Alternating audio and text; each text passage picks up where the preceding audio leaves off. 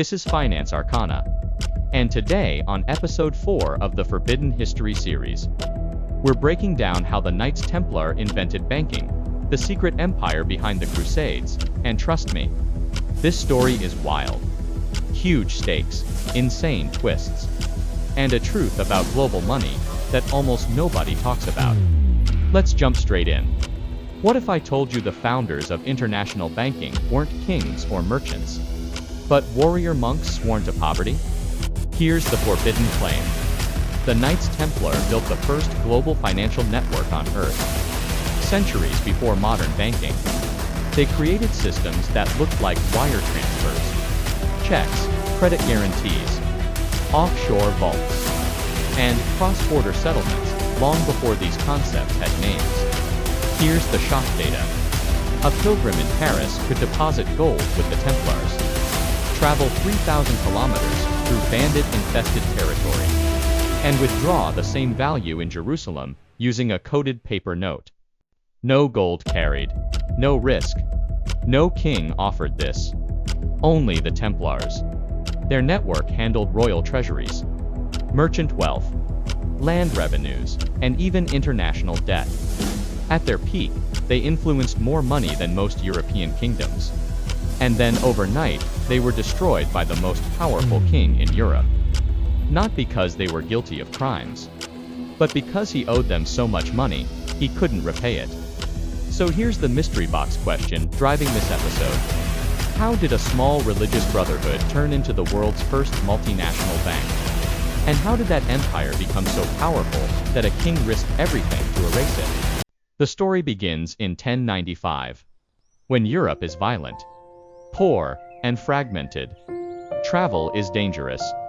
Trade is risky. Wealth is hard to protect.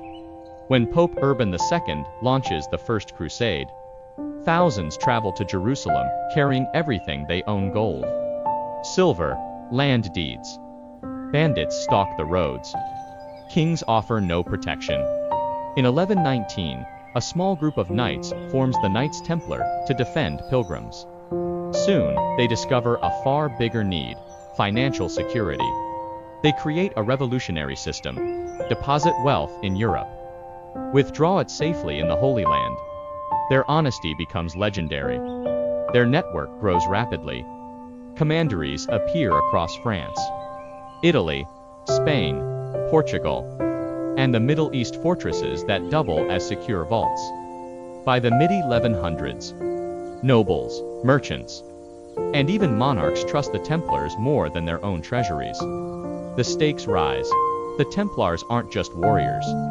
They're becoming Europe's financiers, operating in a world where money moves slowly.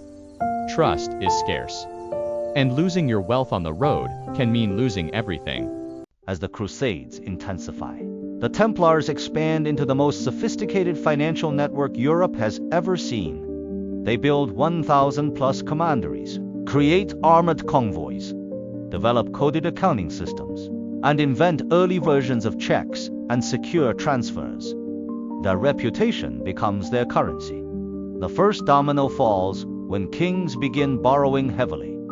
Wars are costly, treasuries are empty, and the Templars become the only institution capable of lending across borders. Soon, they manage royal accounts, collect taxes, and safeguard state wealth. Hidden actor number 1, the church's loophole. Charging interest is forbidden. But the Templars bypass this by charging fees and expenses, a medieval shadow banking system. Their financial influence grows quietly but exponentially. By the late 1200s, they are not just military elites, they are the de facto central bank of Europe. Their power becomes structural, their reach becomes unavoidable, and their success makes them vulnerable to the very rulers who depend on them. Templar innovation accelerates. Their letters of credit allow pilgrims to travel without gold. Their treasury system pools deposits and invests in land, mills, vineyards, and ports. They effectively become a medieval mix of Swift, J.P. Morgan, and BlackRock. But the system contains a fatal flaw. Kings borrow more than they can repay.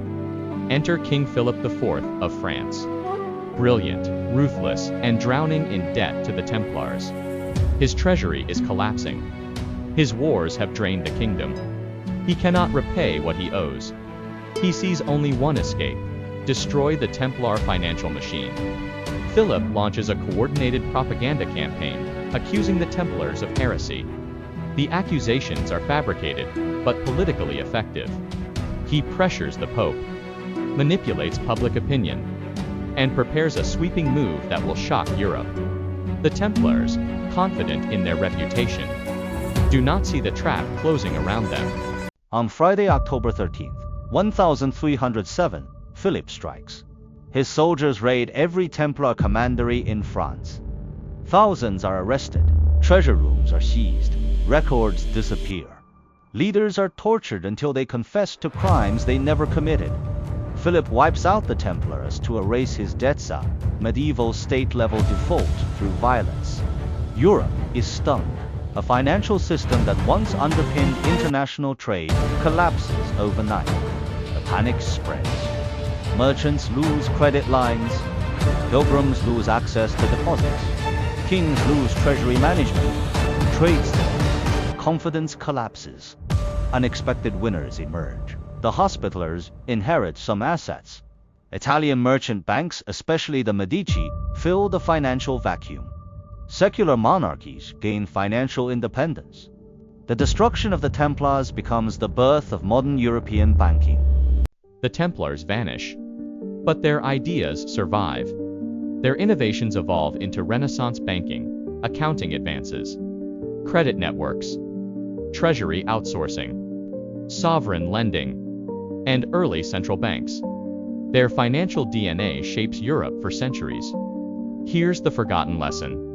When a financial institution becomes more powerful than the state, it becomes a threat, no matter how honest or efficient it is. Modern parallels 2024 to 2026 are striking. Governments running historic deficits.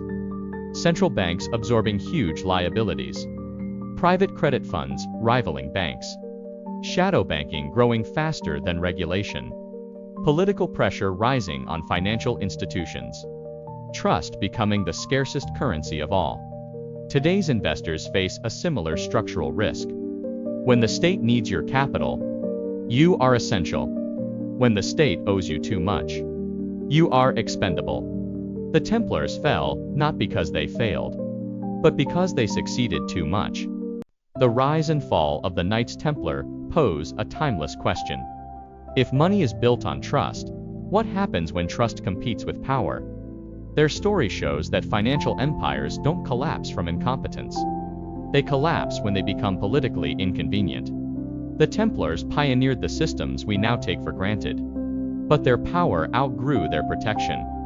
Their destruction reshaped global finance, shifted power to Italian bankers, and laid the foundation for the economic world we live in. History doesn't repeat, but it does reveal the pattern. Innovation gives dominance, gives political threat, gives elimination.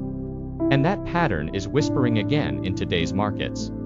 In the next episode of FinanceArcana, Forbidden History series, we uncover another hidden financial machine whose influence still shapes the modern world, and whose collapse carries warnings for the future. Thanks for watching how the Knights Templar invented banking, the secret empire behind the Crusades. If this episode blew your mind even a little, smash that like button. Share this video with someone who loves crazy finance stories. And hit subscribe so you never miss the next big reveal on FinanceArcana. We've got more wild episodes coming in our Forbidden History series. You won't want to miss them.